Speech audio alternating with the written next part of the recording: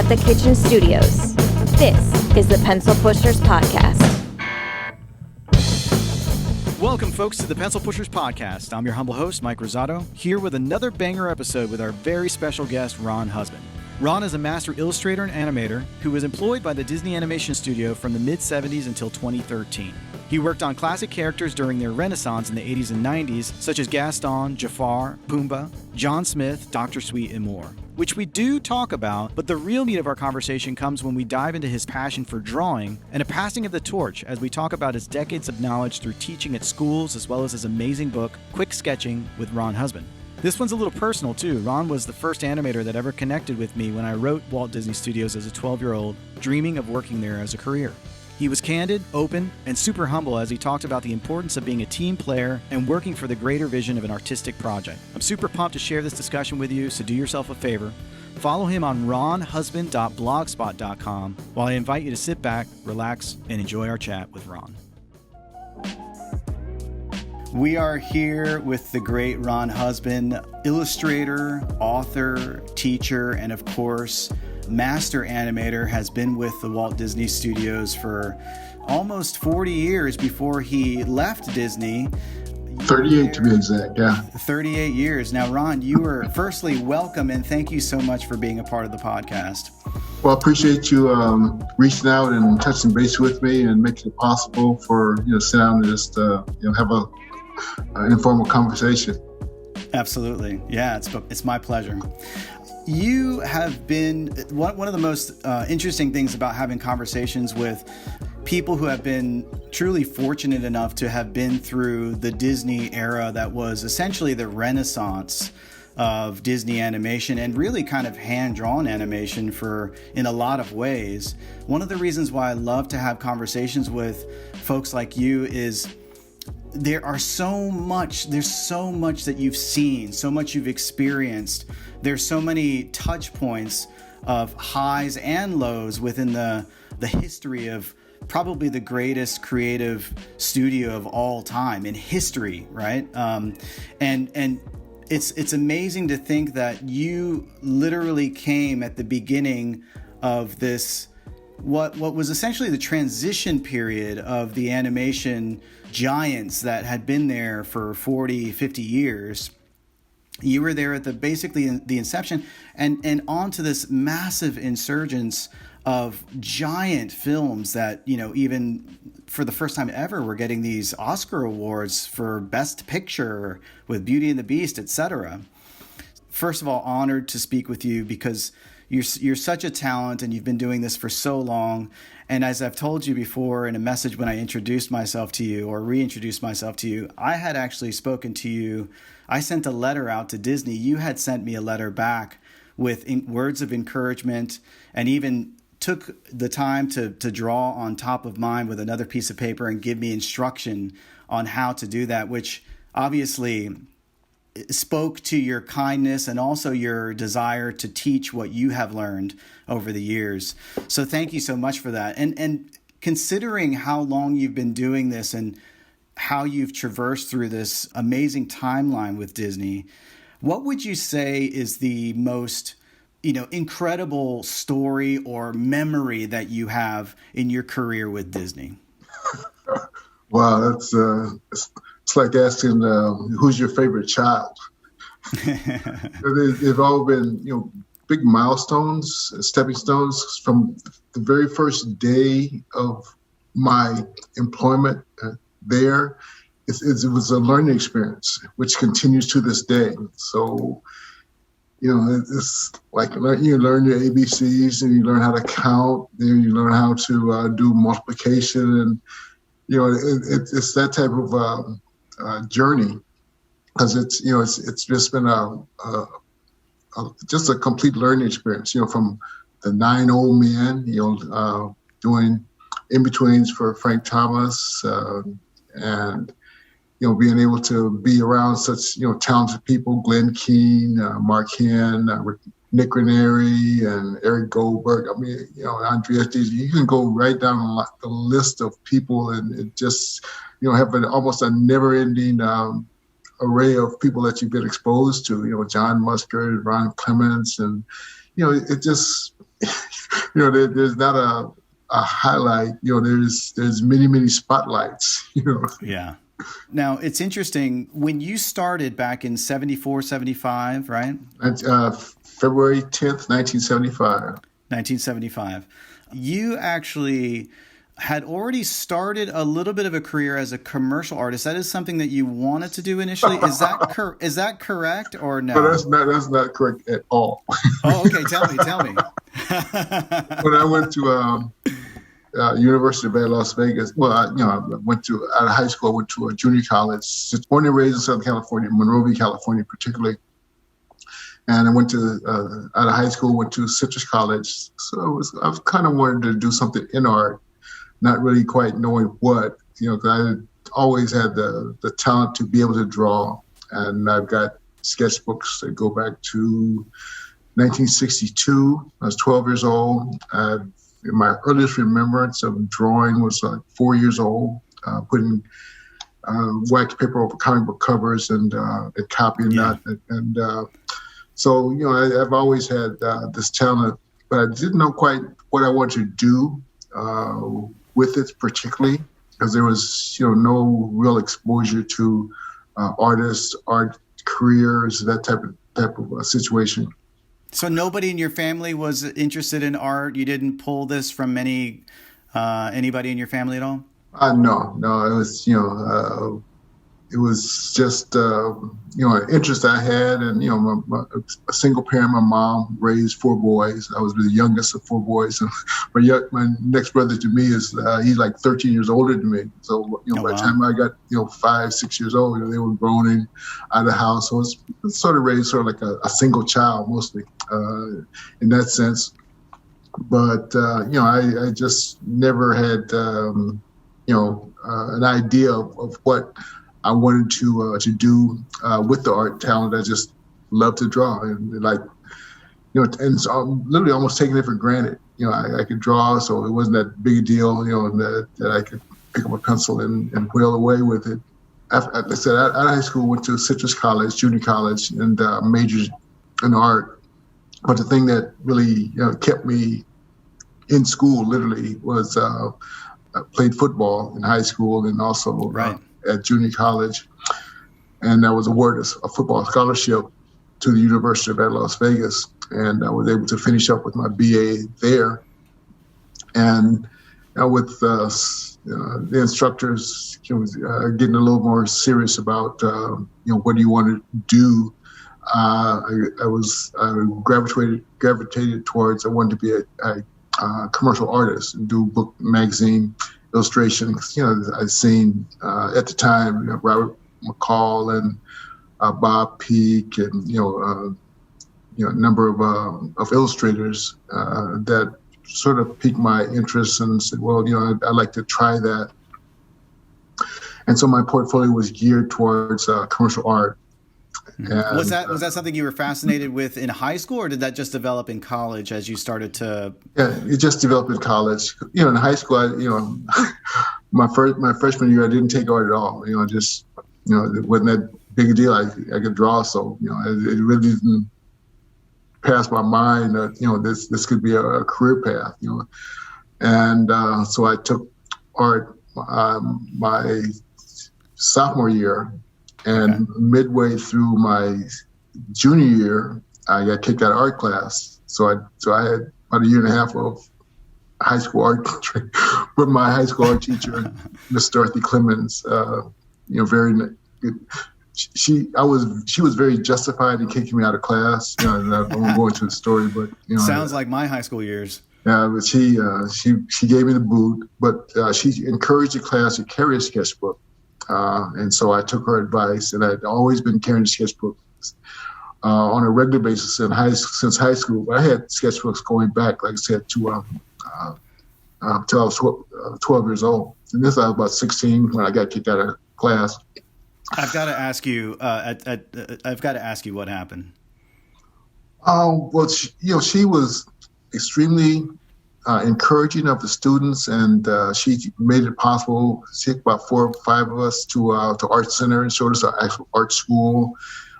She made it possible for me to go to Art Center on Saturdays and take classes. So, this is coming out of her pocket, right? So, Right. and She saw your talent. yeah, and not only my talent, but the other kids. She took interest in other kids also. So I wasn't the only person that she was, bending over backwards to try to make Sure. things, more appealing and just accessible. Inspiring, yeah, sure. And I remember the incident. We had done some watercolor painting, and it was at the little inside the classroom. There was a sink where you clean off your art tools and brushes and whatnot. And I cleaned mine off, and I was getting ready to go, and someone had left their brush on the table, and she said, "Could you clean that up for me?" And I just walked on away. And the next day, I sat right up front of the classroom, and the next day, the bell rings, everybody's sitting down, and she walks over to my desk and she says, "Get out and never come back." There was an expletive in there, but I won't say that. But she said, "Get out, and never come back." And so I got up and left, and I went to the football coach. Said, "Coach Robbins, what? I kicked out of class. So what should I do?" She said, "Well, you just need to go back and apologize." And so I went back, and before class started, she had this little room off to the side of the main room, and we went in, and she didn't say anything. I just said, "Could I speak to you?" And I apologized, and she got up and opened the door and ushered me out, and that was it. She never spoke to me again after that. Oh, wow. But it taught me a lesson, that to be more courteous and respectful, particularly to elders. But I did take her advice, and the fact that you're talking to me right now is because of Miss Dorothy Clemens' encouragement to carry sketchbook. Yeah, amazing. Wow. Fast forward back to art college, started to get, so you, at this point, sophomore year, you started to have this, I suppose you start to solidify your major at that point. Is that right? Just art. I just had an interest in art. When I went to Citrus, majored in art. It was, and I got my AA in art. And again, if I had not gotten a football scholarship to the university, most likely probably would have just found a job somewhere doing something with the limited amount of art I had. And in Southern California, there are no publishing houses anywhere that would use a novice commercial artist trying to break into the business. That's Chicago, New York, where they do all that. So it probably would stand a better chance there. But Southern California is nothing like that. And I was doing little jobs. I was custom painting cars. I mean, anything that had that had an artistic touch to it. Painting signs and things of that nature. But nothing really that would lead to a solid career. So the football scholarship gave me an opportunity to go to out of Monrovia, California. I had never been too far from Monrovia. So it was a big jump for me, to fly on a plane for the first time on recruiting trips, and again see what's on the other side of the world, which Las Vegas is not that far from about 4-hour drive from where I lived in Monrovia, but still it was far enough away, for me. Right. And and then once I got there, again being introduced to other a form of other aspects of art, painting and sculpture and things of that nature, and then sort of zeroing in and say, well, I can do something in art. So I again majored in art and get my BA there, and preparing my portfolio for commercial art presentation, and then coming back to Southern California, because by then I was married, had two small kids, toddlers, Mike and Jay. and I literally had to have a job. So I didn't even march to get my degree. As soon as my last test was over, I came back to Southern California looking for a job. Sure. That Monday I was sending out resumes and filling out job applications, all over wherever I could. And shortly I got a offer for a drafting job, and so drafting is close, to commercial art. Drafting. For commercial art. Okay. Doing drafting. So I took that job. I worked there exactly 1 week, and I got another offer to in a technical illustration department. And then, technical illustration is closer to commercial art than drafting. So I went there.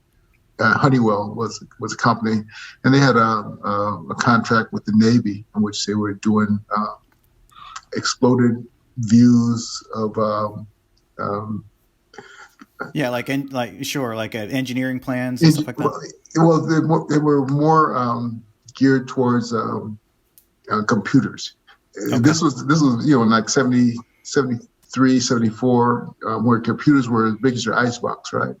Right. I mean, these exploded views and whatever. But there was only one person in our department who got to do all the really exciting, exploded views and all the three-dimensional, all that really, really neat stuff. Those are amazing. That's a fascinating talent. Yeah, but the rest of us, it was about 6 of us in the department, and the rest of us, the other 5, we did block diagrams and flow charts. Okay, right. So that not quite as exciting. That was it paid the bills, and there was a ton of overtime, because they were just always behind and hiring job shoppers to come in and help out the department. So it paid the bills for a while. So about a year and a half of that, I said, if I want to do something more creative, I have to be around creative people. And where could I find creative people? Well, go to art school. And so I said, okay, I took a class at night at an art school, and the instructor was a gentleman by the name of Sam McKim, who was a Disney legend as an Imagineer. Oh, wow. And he one night told us about a program that Disney has started to train artists to perhaps be animators. Was he at Disney? Was he still at Disney at that point and just teaching on the side? Okay. Yeah. He was teaching on the side, but he was, an Imagineer. Sure. Disney Imagineer. And like I say, he's a Disney legend, literally. He told us about the program, and I was the only one in the class that followed up on that, because I remember the conversation going to the parking lot after he told us about it, that I'm not going to Disney. They don't pay anything.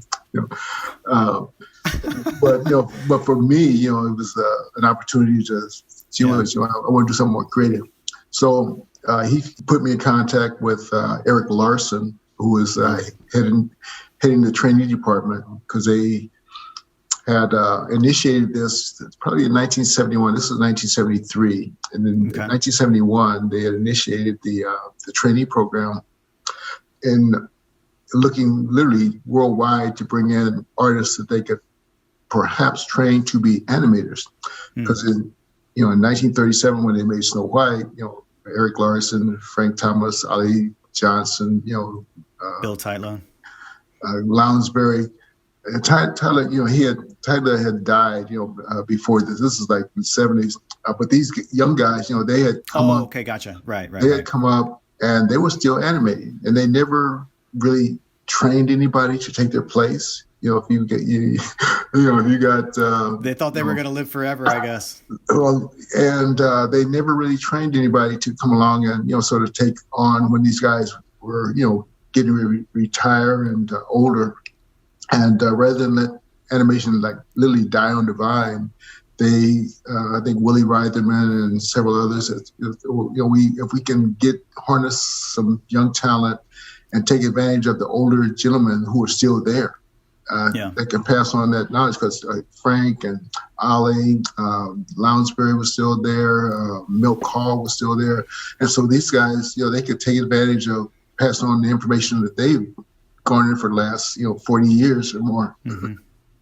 Now, you're in your 20s now at this point, right? 25, And at this time, when you got that suggestion made to you, did a light bulb kind of pop in your head as to like, oh, wow, I've always loved these movies and I never even realized this could be something that I could really be good at? Or was it literally like, I just need to find a job to help sustain my family? I mean, what were you thinking at that point? I was thinking I just wanted to do something more creative. Sure. Gotcha. I had no idea of Disney Studios feature animation. Wow, I had seen clippets, the Disneyland, the Disneyland show that used to come on, black and white show, right. And seeing little clippets of Fantasia, but they, just little clippets, nothing really. Yeah. So you never went to go see the movies in the theater or anything like that? No, I can't remember ever seeing a Disney feature coming up. I had no idea Frank Thomas, these gentlemen, I had no idea who they were, what they did. I had no idea what an animator was or what an animator did. It was just an opportunity to draw and do something more creative. And so when I went to the studio and presented my initial portfolio to Eric, he looked at it and says, "That's okay, Ron, but what we want to see is quick sketches." Something I've been doing since high school. I hadn't included any of that in my portfolio, but that's what they wanted to see, action, movement. And so, and again, considering my situation, I knew nothing about animation. I could just draw. And, there's other people who had gotten into the program. Glenn Keane, he had gotten there about 6 months before I got there, and there was he was wanting to go into painting, I think, right? Yeah, I think his portfolio got switched around up in CalArts, and he ended up in the animation department. But yeah, they were like people coming in from say or CalArts who had a tremendous amount of animation experience, people who had seen a Disney movie and always wanted to be an animator. Right. Yeah, I always want to be an animator. I mean, I can't wait to get here and move Frank Thomas and Ike Johnson, all the scenes that I didn't. And you're standing back there going, right, well, who are I don't know. I have no idea. I have no idea. I had no idea who these gentlemen were. But I went home, got 3 sketchbooks, and brought them to the studio and turned them into the guard gate addressed to Eric. About a week later, he said I could get into the trainee program, whenever I wanted to.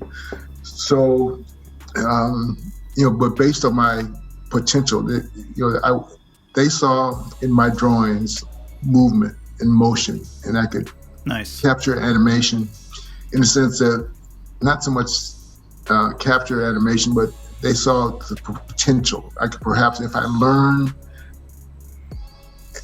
what it goes into animation, the acting principles. performance, the basic squash and stretch, and the things that then perhaps I could work my way into being an animator. Mm-hmm. But and that was probably wasn't that also a big part of what the training program was for? It was basically like, let's just bring in people who had talent, and then we would teach them the Disney way. Is that right? Yeah. And the basic principles, squash and stretch, and it was more learning how to act. Okay. 80% of the training was geared towards performance, and going to acting classes and being exposed to looking at the old Long and Hardy, Charlie Chaplin shorts, Buster Keaton shorts. When it was body language, it wasn't bombs, explosion, a lot of dialogue. It was done with body language, and facial expressions. And that's who would be teaching these classes? Eric Larson, Blaine Gibson, who was in animation at one time, and the major sculptor for all the which, you see all these heads and stuff in Pirates of the Caribbean. He's done all that, but he was teaching sculpting. Mark Davis was teaching classes on drawing. Ward Kimball was teaching class on drawing.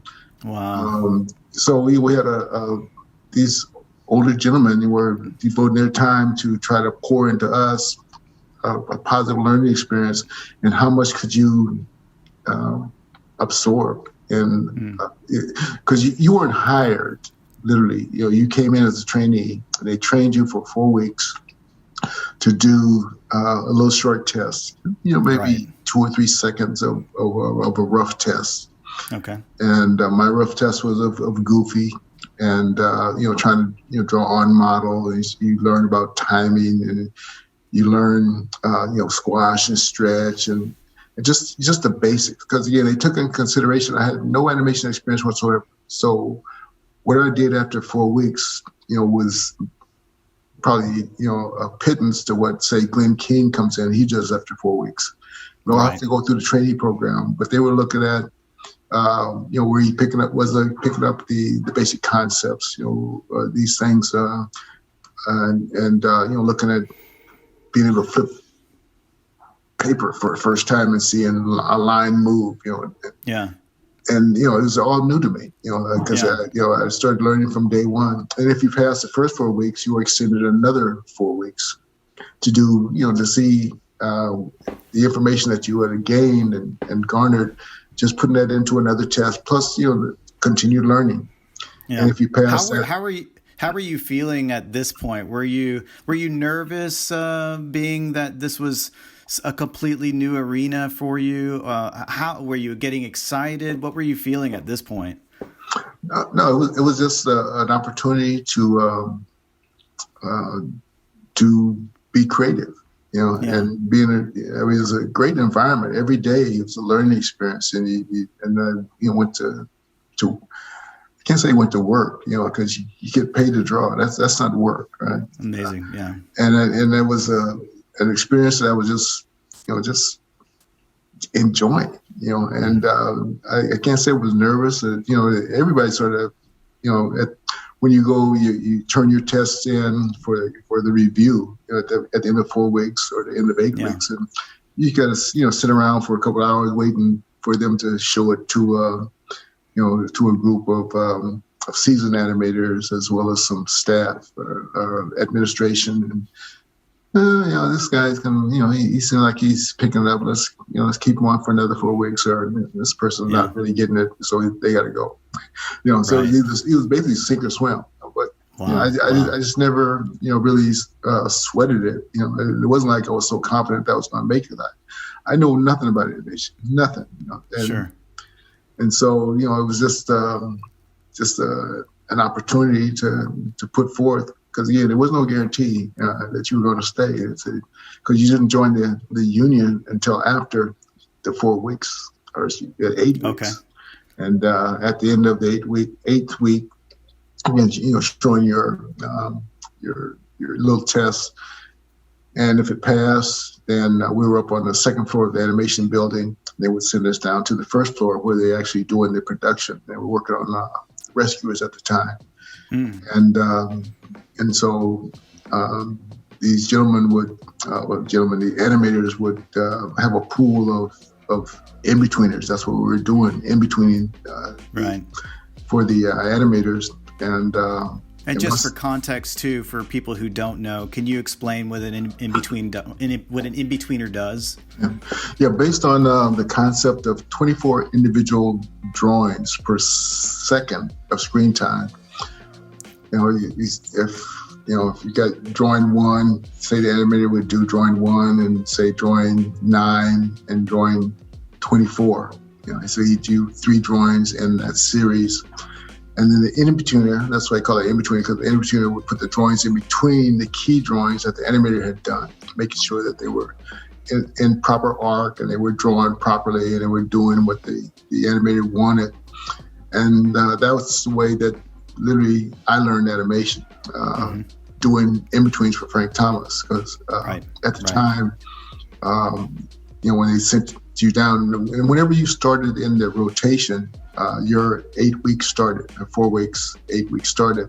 So, like I said, Glenn Keane had been there he got there about 6 months before I did. So his 8 weeks had come to end, and he was getting in-betweens from Ollie Johnson.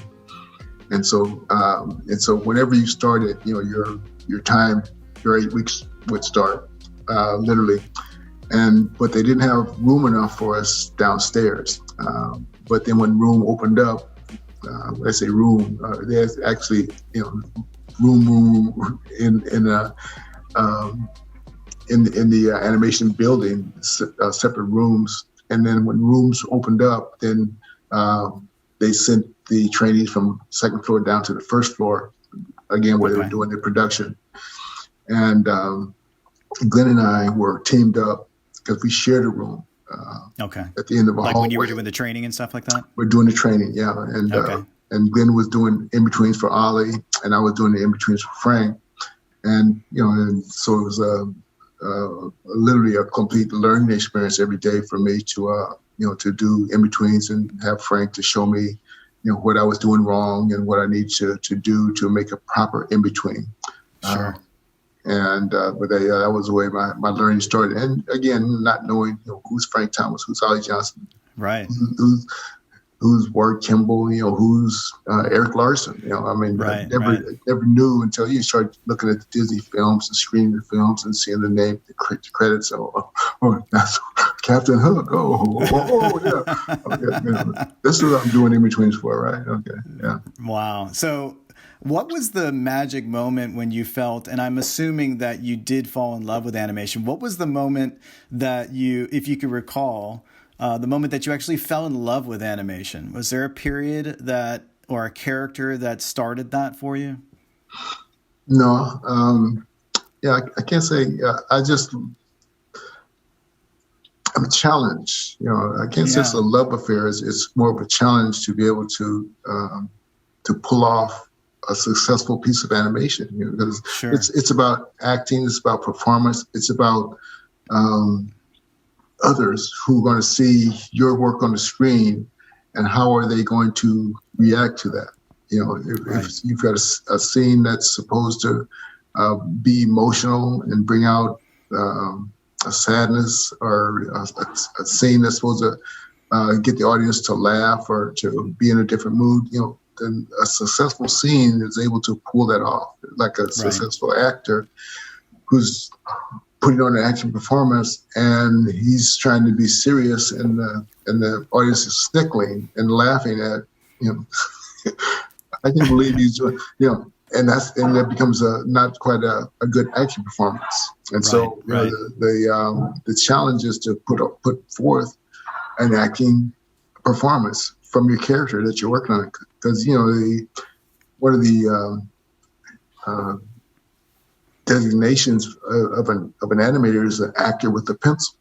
Sure. Because we're trying to put forth an acting performance with our characters, and how successful can you put forth that story point?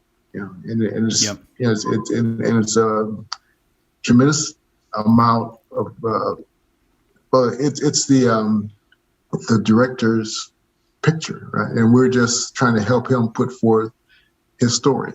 Yeah. Right. There's two things that I always seem to kind of think about when I've heard people talking about what successful animation is. And one of them is where you can perform a scene where where the audience forgets that these are drawings, right? Yeah. The other one is where you actually are able to have a performance happen and you still know what's going on, even if there's no sound. Yeah. Again, it gets back to pantomime, and body language. And you don't have to have sound to convey a message. And so, that's extremely true of a successful acting performance. That you don't want anything to hinder the story.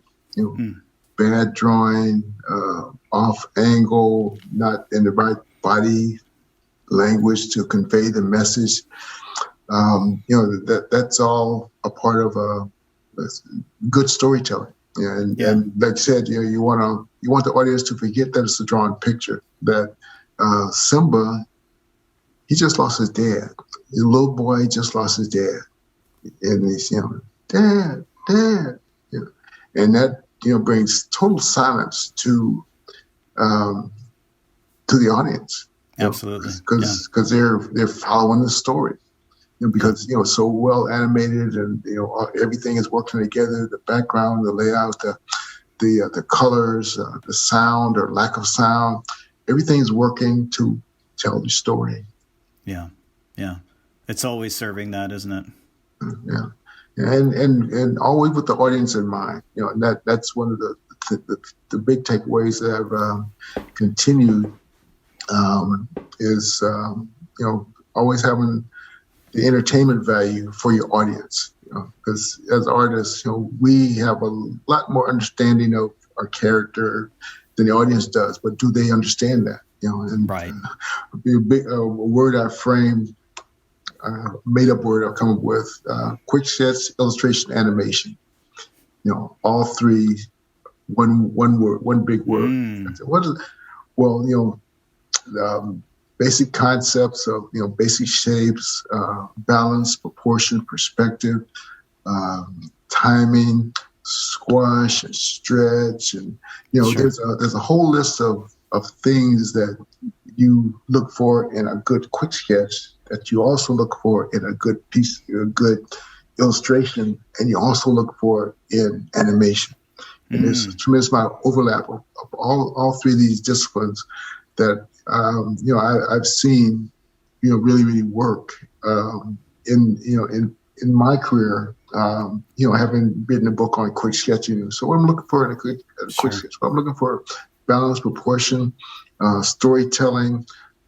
What am I looking for when I do an illustration piece? What I'm looking for: balance, proportion, storytelling. What am I looking for when I'm doing animation? Well, balance, proportion. But there's a total amount of overlap. So you're not just I'm doing illustration, and when I get through here, then I'm gonna go and it's all held together with literally quick sketches, because you have to do a thumbnail, which is just a sophisticated quick sketch. To do to plan out your animation pieces, you do thumbnails. When you're trying to plan out an illustration piece, you do it. Sure. Literally, quick sketch thumbnails when you're doing quick sketches. Yeah, right. So it's just an overlap of all three, for my purposes. Yeah. So even after what's probably since 1975, we're looking at 45 years of being in the animation industry. Do you still feel like you still have much to learn, or do you feel like you've gotten to the point where you can, as Richard Williams said when he was in his probably 70s, where he said, "I finally learned how to do anything. I can draw anything." Are you still learning, do you find? Oh, yeah. Still learning. Taking and drawing, I say classes, but looking and just taking advantage of any opportunities to sit in on a drawing class. Learning, looking at what others have done. As an artist, you never reach. You're always on a journey. To get somewhere, and literally get better. I've got 60 years of sketchbooks. And I can look at decades of my sketchbooks, and I can see I'm making improvement. From decade to decade. The 60s, the 70s, the 80s, the 90s, the 2000s. Yeah. And I want to get better. And that's why I carry a sketchbook on a daily basis. Just to sharpen up and get better at my quick sketching, which is going to make me better at my illustrations. Which I'm not doing any animation, but I'm thinking about I could this could be a little more. If you ask any animator, they look at any scene and say, if I had a little bit more time, I'd do this. Yeah, I think that's very, very typical, no matter whether it's animation or any kind of art, for sure. Now, do you are you still the thing that I get frustrated with when I see how traditional animation basically had this slow but almost very steady, painful death at the end of the 90s, and then now we start to see a little bit more of a resurgence. And the thing that's frustrating to me as a fan of animation is that, from my childhood, I was watching animators like yourself doing these amazing movies, amazing scenes, and to see that talent is not being utilized when you have so much of your craft still inside of you. You've accumulated so much knowledge. Do you find that you still want to get in there and be a part of movies on a regular basis? Or do you feel that it's more about being a mentor and a teacher at this point? Where are you with that? Yeah, probably at this point, it's more passing on, what I've gained over the years, particularly about drawing. I think, that we turn out, a lot of copiers as young artists. They copy well, and from a teaching standpoint, that I've been teaching over a couple, 3, 4, actually probably for a long, long time with this. But just looking at the students that I've been teaching, they copy well, but they don't know how to draw. They don't know the foundational 4 basic shapes, to create a form, and how light and shadow works to create a form. Because there's no lines on the human body. Sure. It's just light and shadow, and what we see, are folds of skin. It's not a line; it's a fold of skin. And drawing from within. There's a skeletal and muscle structure underneath the skin, and drawing from within, and having that knowledge of there's a deltoid, there's a bicep, there's tricep, there's quadriceps, there's a femur, but you can see the copy an outside contour drawing, but they have no knowledge of what's underneath the skin, and so. Right. To try to move that around or change it's become very, very, like I said, I see a lot of, people are able to copy, but they don't really understand how to draw. So I'm, big part of my teaching is to try to get the students to see what's underneath the skin, draw from within, what's underneath the skin. You gotta, pit of the neck, your sternum, belly button, the key reference points, balance, proportion, perspective, and trying to, to get silhouette value. You can push that a little bit more. You can. So, that instructor aspect is what I'm looking at. At this point, just to be able to pass on just the basic knowledge. Because if you get that basic knowledge, then it just opens up more doors of opportunity for you, and it separates you from the pack of students who are just learning basically the same thing. But if you can show that you have a good grasp and understanding of what's underneath anatomy, right. Which is so very important. Do you find that that's more of an issue these days than it was, say, 20 years ago? I think just from my let's say limited exposure to teaching, it's something that you can outside contour something. But you look at those great illustrators, and the golden age illustrators in the 30s, 40s, 50s. Those, they had a real good, firm understanding of anatomy. Right. And then from that, it branched out. And my understanding of quick sketching and being able to analyze action, has really been a boost. And when I'm doing my illustration work, and like I said, even my animation work, to be able to to see and analyze the action, because there's certain things that people do, that you observe, and you're going to see, that's why that's happening. That's why that's happening. Yeah. So you actually have a book called Quick Sketching with Ron Husband. Yeah. And so I see you speaking so passionately about, volume, balance, movement. I'm assuming that we could probably get a lot of that through this book. Can you talk a little bit about that? Yeah. Being encouraged in high school, to carry a sketchbook on a regular basis, being able to see and observe the human body and animals in motion, and every chance I got, on breaks, lunchtime, at home where I was sketching, and people would come by at work, and with these animators at work, say, you ought to write a book about that. You ought to write a book about that. And I said, and I started to do a little bit more teaching, and I said, well, gee whiz, maybe because the concept that I was teaching were things that that I had quick sketches and illustrations of, and so I took 5 years.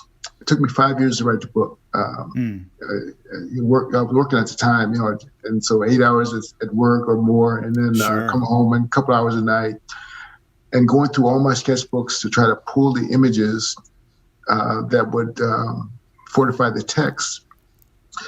And maybe one out of every 10 or 15 or more drawings is one that was doing everything I wanted it to do. Because I consider my quick sketches as practice. Right. So I go through quick sketch books, and I got literally hundreds of quick sketch books, and I just consider those as practice. And but in that practice, there's some really nice drawings and some drawings that aren't so nice and just sort of hit and miss. But going through and trying to pick out the images that matched up with what I was trying to say about, well, this drawing, it shows balance, and this drawing shows proportion, this drawing shows, and give an example of sitting, standing, walking, and I think one of the titles is walking with style, or sitting with attitude, because you're drawing emotions. Sure. You're just not. And everybody has a personality, the way that they move their arms, the way they walk, the way they run. Personality, body type, and like saying, depending on how they walk. Everybody has their own gait, as far as how they carry themselves, and then that gait changes if they're in a hurry or they're emotionally upset, or they're and so capturing that little fleeting moment that happens and will never happen again. Right. And looking at, my sketchbooks and my, the book Quick Sketching, it's fun. It's a fun book to look at. It's technical, but it's, just flipping through the pages. I've had people just flip through the pages, and non-artists would enjoy just looking at sketches. And the Japanese and Chinese markets, publishers contacted my publisher to buy the rights to publish the book in those languages. It wasn't like we are trying to sell this book to another country. They wanted to, they saw value. They approached my company and my publisher, and they wanted to buy the rights to publish in Japanese and Chinese language. And so there's definitely a need, and people who purchase a book, I know it's resonating a positivity, in the sense that I wrote it to encourage and inspire artists to draw more or to sketch more. And the emphasis is on quick sketch. What can you do in 60 seconds or less? Right. And the reason for that, if I could just, summarize and tell me if I'm wrong, but the reason why quick sketching is so important is because you're trying to train your brain to get a fundamental understanding of what needs to be said as quickly as possible, right? Yeah, exactly. Yeah. What can you say in 60 seconds or less with a minimal amount of line work and still get across your story point? Because it's all about story. Right. And so, animation, you tell a story in a series of drawings. In an illustration, you tell a story in a single drawing. But how much information can you pack into that one drawing? One drawing, yeah. That was one of the most fun parts of going to art school. I went to SCAD, and Savannah College of Art and Design, and absolutely one of my favorite parts was going to life drawing class, where you would do the 5-second sketch, the 10-second sketch, the 30-second sketch, and the 60 seconds. And then when we started getting to the longer ones, it was still great, but the gestural ones were the things where I really enjoyed, because I was able to, it was a challenge. Like you said, it's a challenge to try to capture that pose, the emotion, the feeling, the way they carried their body in short periods of time. And it also was a great warm up for working on the longer drawings, because at that point it's almost like you've done your calisthenics before you start really working on the real workout, right? Yeah, because you take that same mindset into the longer poses. Yeah. And I try to, encourage the students, doing these shorter poses, the 10 seconds, the 30-second poses, the minute poses. Well, that same mindset goes in when you start to do your 10-minute, your 15-minute, your 30-minute poses.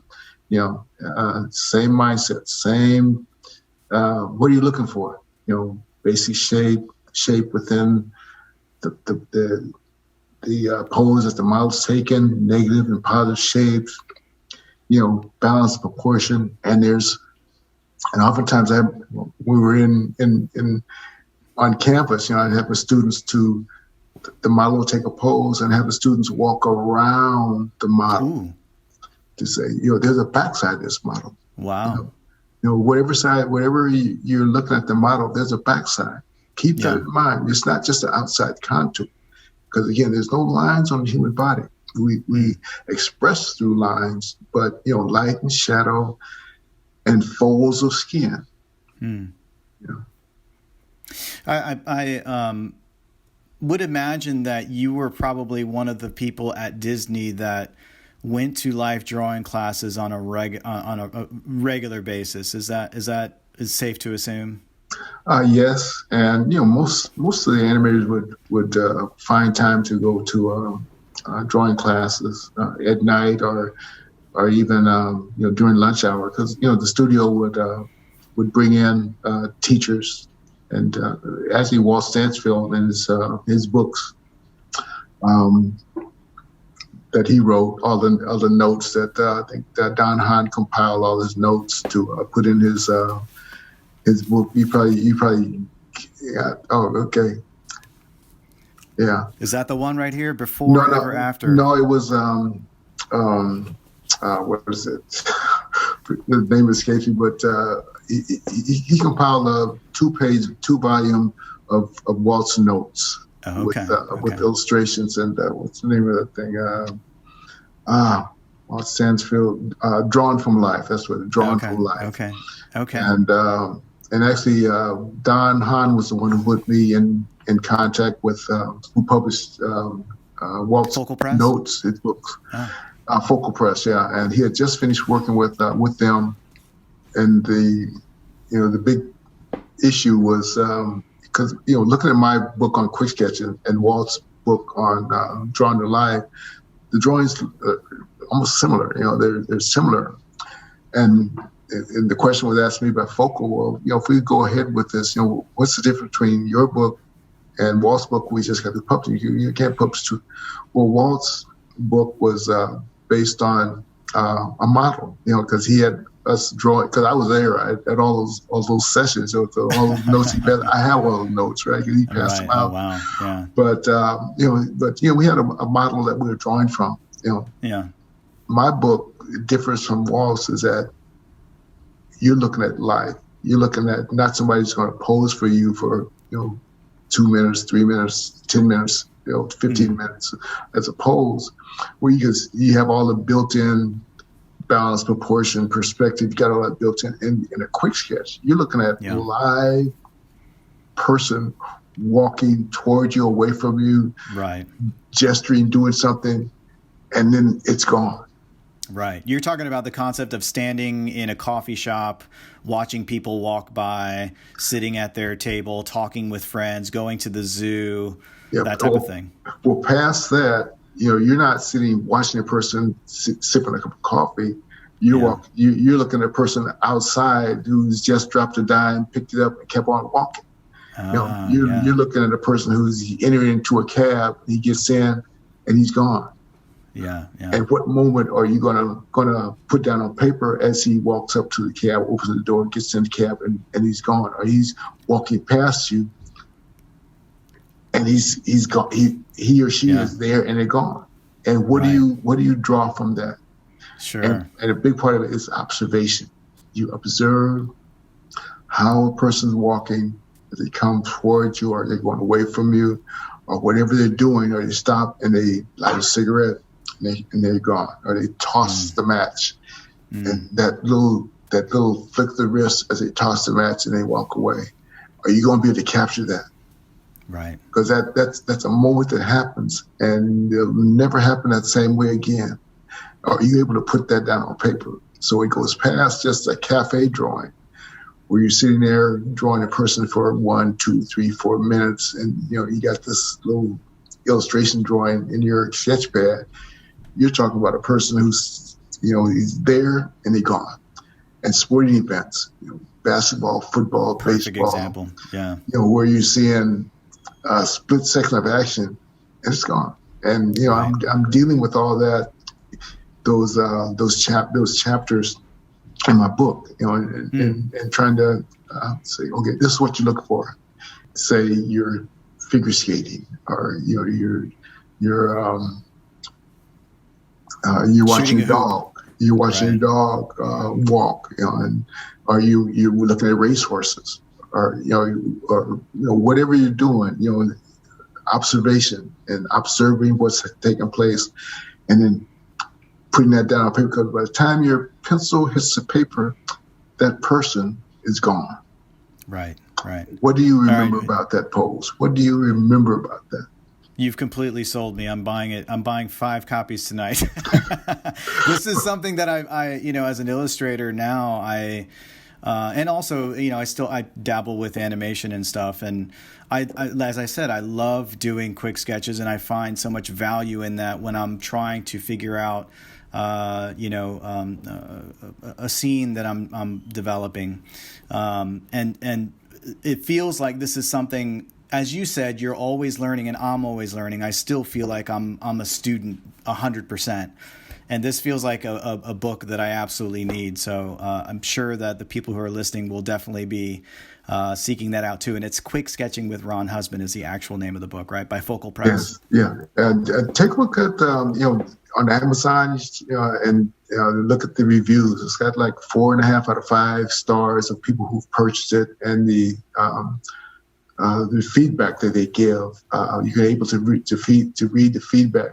It's been, pretty much positive. That awesome. People who purchased it, they've been helped and been encouraged and inspired. Yeah, and I just recently I got an email from I did a tribute to a friend of mine who passed, Wayne Nunley. We played football together at UNLV. Actually, we grew up together in Monrovia. And I did a tribute to him in my book. And in the book, there's a picture of him that I drew. That he purchased the book, and he looked through it, and his daughter looked through it, and she's, "Dad, that's you." He's a football coach for the Chargers at the time, and I had to go out to the games. Oh, wow. Wow. He was on sidelines. I did a quick sketch of him and a player on the sidelines. I said, "Dad, that's you." He wasn't able to recognize himself, but his daughter was. And I was in the book. I illustrate the point of being recognizable, because we see ourselves in the mirror in the morning getting ready to go out. Sure. But we don't see ourselves full body, how we stand, how we gesture, and others see us as we don't see ourselves. And to be able to capture him, that others recognize him. He wouldn't even recognize himself. Yeah. That's the kind of effect that we can have as artists on our audience. Because I've done illustration works and given illustrations to a person who had, this lady had described to me what she wanted. She wanted to do some things for her stationery and whatnot. She described a situation. It was Jesus in the boat walking on water, and then disciples in the boat, and storms happening and all whatnot. And she described that on the phone, and I did the work for her, drew this up, and she set it across my table when I presented to her, and she just cried. Oh wow! Yeah, and I've done illustration work, pen and ink work, and I've seen people just stare and look and almost tear up. So I know the emotional effect that art can have on the audience. Yeah, and to be able to hit those notes, that does something for artists to know that the talent that he's been blessed with is being able to be positively received by others. I'm always thinking in my mind, is this enough storytelling for an audience or someone else to see the story that is in these lines? It's an amazing thing to be a person who is observing the art that's been created and to feel moved by that. I've definitely been there many times, and to see you getting emotional just talking about that. And me as an artist, I understand that very deeply too. And it's fantastic to see that coming from you. And I know what that feeling is like on both ends of the spectrum. And you have definitely touched me on an emotional level, your work, and even just your words of wisdom. Even if you may not even remember the letter that you sent me, I remember it. And I want to tell you that I'm honored that you took that time to do that for me. And I'm honored again, full circle, that you've taken the time to spend that with me today. So, Ron, thank you so much. I really appreciate that. Well, again, I appreciate the opportunity to come on and to be a part of just this legacy that you've started. To be able to make this accessible to others, to hopefully encourage and inspire them to do more with their talent. Awesome. Thanks so much. Yeah. And thanks so much for taking the time. And before we go, if you don't mind, can you tell people where they can find your work? I write a blog, ronhusband.blogspot.com, and it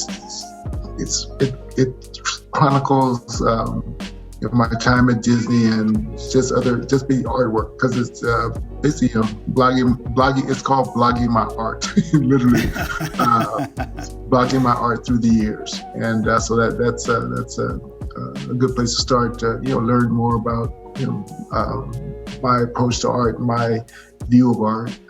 But yeah, that's a good place to start. And again, I got a book I illustrated called Steamboat School. Beautiful work. It's a piece of work that the artwork was accepted into the Society of Illustrators show the year it came out. So it was on display at New York City. The artwork there, and my pen and ink work that I've been doing for decades. I enjoy pen and ink work, storytelling, and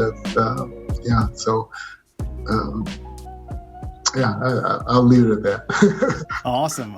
Yeah. So listeners do definitely check out that book. I've seen images of it, and the illustrations are fantastic. So I'm sure the story is fantastic as well. Ron, thank you so much, and be safe out there, and good luck with all the teaching. I'm sure people are loving everything that you're doing, and you're doing the great work. So I really appreciate you doing that for the community of artists that are out there. So thanks so much, and you take care. Hopefully we can talk again soon. Again, thank you for the invitation to be a part of your program. All right, take care. All right, everybody. Thank you so much for listening to the Pencil Pushers Podcast. Follow us on Instagram at the Pencil Pushers Podcast for visual representation of our guest artwork, topics discussed, and anything else that contributes to the show. So be sure to subscribe. Tell a friend.